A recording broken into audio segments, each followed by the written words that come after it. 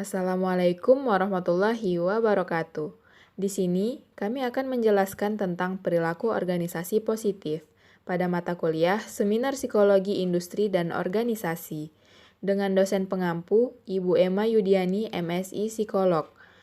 Kami sendiri kelompok 6 terdiri dari Ilyas Ali Zainuddin dengan NIM 1720 9010 45 dan Hairunisa dengan NIM 1720 9010 48. Mengenai perilaku organisasi positif, di sini kami akan membahas tentang pengertian organisasi dan perilaku organisasi. Kemudian, mengapa perilaku organisasi diperlukan, dan terakhir, perilaku organisasi positif. Yang pertama mengenai pengertian organisasi dan perilaku organisasi. Organisasi adalah wadah yang digunakan masyarakat agar dapat meraih hasil yang sebelumnya tidak dapat dicapai oleh individu secara sendiri-sendiri. Organisasi merupakan suatu unit yang terkoordinasi yang terdiri dari 2 orang atau lebih yang berfungsi untuk mencapai suatu tujuan tertentu. Sedangkan perilaku organisasi merupakan bidang ilmu yang mempelajari tentang interaksi antar manusia dalam suatu organisasi yang meliputi studi secara sistematis. Sebagai suatu disiplin ilmu, perilaku organisasi diartikan dalam beberapa hal. Yang pertama, perilaku organisasi adalah cara berpikir. Artinya, perilaku adalah aktivitas yang ada pada diri individu, kelompok, dan tingkat organisasi.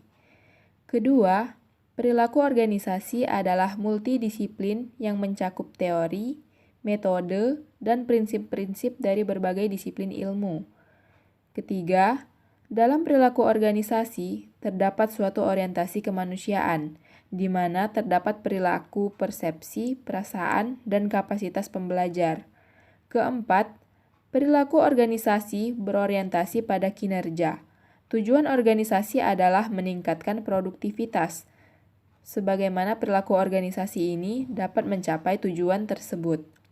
Kelima, lingkungan eksternal sangat memberikan pengaruh terhadap perilaku organisasi.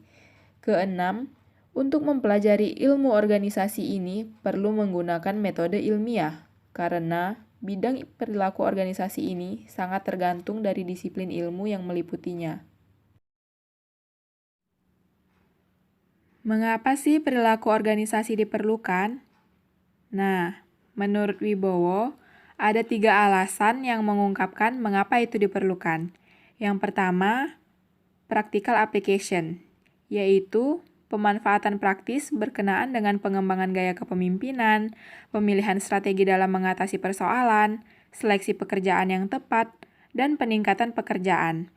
Yang kedua, personal growth, yaitu dengan memahami perilaku organisasi, maka kita dapat memahami perilaku orang lain, sehingga antara atasan dan bawahan dapat menilai apa yang dibutuhkan untuk mengembangkan diri guna meningkatkan kontribusi terhadap organisasi. Yang ketiga, increase knowledge, yaitu berguna untuk meningkatkan pengetahuan dan dapat membantu orang untuk berpikir kritis dan dapat bermanfaat dalam menganalisis masalah pekerjaan maupun masalah personal. Selanjutnya, mengenai perilaku organisasi positif. Pendekatan perilaku organisasi positif berasal dari gerakan psikologi positif. Istilah positive organizational behavior diciptakan dan didefinisikan oleh Lutáns sebagai studi dan aplikasi dari kekuatan sumber daya manusia positif dan kapasitas psikologis yang dapat diukur, dikembangkan, dan dikelola secara efektif untuk meningkatkan kinerja di tempat kerja saat ini. Selain itu, didasarkan pada kekuatan dan kapasitas psikologi positif atau modal psikologis.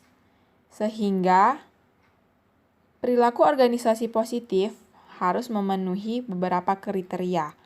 Di antaranya, pertama, berdasarkan teori dan penelitian. Kedua, ukuran-ukurannya valid. Ketiga, memiliki konsep yang unik. Keempat, terbuka untuk perkembangan. Kelima, mengelola perkembangan kinerja. Kapasitas psikologi positif yang paling memenuhi kelima kriteria tersebut adalah optimisme, harapan, kebahagiaan atau subjective well-being, resiliensi, kecerdasan emosi, dan kepercayaan diri. Psikologi positif yaitu gerakan yang dibawa oleh Martin Seligman yang muncul akibat reaksi terhadap psikologi yang memberi perhatian eksklusif terhadap aspek-aspek patologis dari fungsi dan perilaku manusia dengan mengubah beberapa penekanan, yaitu dari hal yang tidak berharga dalam hidup menjadi studi dan pemahaman terbaik dalam hidup. Tujuannya ialah menggunakan metodologi ilmiah untuk menemukan dan mempromosikan faktor-faktor yang memungkinkan individu, kelompok, organisasi, dan komunitas berkembang. Hal ini berhubungan dengan memfungsikan manusia secara optimal. Dalam mengidentifikasi domainnya, Seligman dan koleganya merangkum 3 tingkat psikologi positif, yaitu yang pertama, pengalaman subjektif yang berharga. Yang kedua, karakter individu yang positif. Yang ketiga, kepentingan dan institusi umum yang membuat individu menjadi warga negara yang lebih baik. Baiklah, yang selanjutnya adalah optimisme. Optimisme dapat menjadi kekuatan yang sangat positif di tempat kerja. Sebagai contoh, orang yang optimis akan termotivasi untuk bekerja lebih keras, memiliki semangat yang tinggi, mempunyai tingkat aspirasi yang tinggi, dan memperluas tujuan. Tekun dalam menghadapi tantangan, membuat atribusi dari kegagalan seseorang, dan mundur untuk sementara. Atribusi akan menjadi bukan karena ketidakmampuan pribadi, tetapi sebagai suatu kejadian yang unik, cenderung merasa nyaman dan kuat secara fisik dan mental. Nah, kemudian ada perbedaan dari orang pesimis dan juga optimis. Orang pesimis membuat atribusi internal atau kesalahan mereka sendiri, stabil, akan berlangsung lama, dan global, akan menentukan apapun yang mereka lakukan. Dan yang kedua adalah orang optimis, mereka membuat atribusi eksternal, bukan kesalahan mereka, tidak stabil atau kemunduran temporer, dan spesifik atau bermasalah hanya pada situasi ini.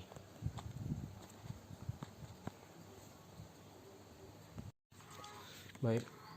Selanjutnya itu ada harapan. Harapan didefinisikan sebagai keadaan motivasi positif yang didasarkan pada rasa keberhasilan agensi atau energi terarah pada tujuan dan jalan untuk mencapai tujuan.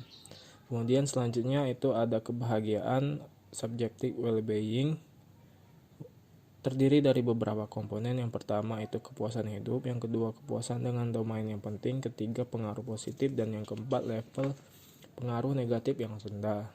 Kemudian selanjutnya ada resiliensi. Resiliensi didefinisikan sebagai fenomena yang ditandai dengan pola-pola adaptasi positif dalam konteks kesukaran atau risiko yang signifikan.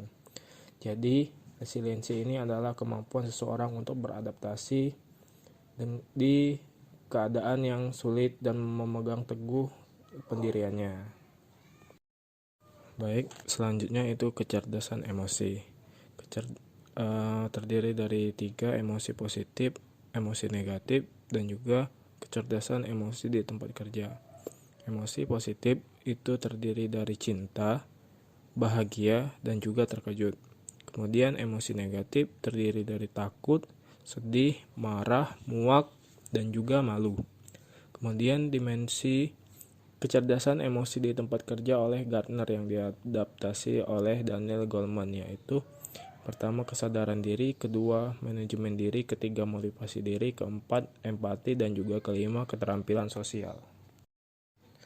Selanjutnya itu efikasi diri menurut Bandura. Menurut Bandura, efikasi diri merupakan penilaian atau judgement dan keyakinan pribadi tentang seberapa baik seseorang dapat melakukan tindakan yang diperlukan untuk berhubungan dengan situasi yang prospektif secara luas dan tepat dalam perilaku organisasi. Efikasi diri mengacu pada keyakinan individu mengenai kemampuannya untuk memobilisasi motivasi, sumber daya kognitif, dan tindakan yang diperlukan agar berhasil melaksanakan tugas dalam konteks tertentu.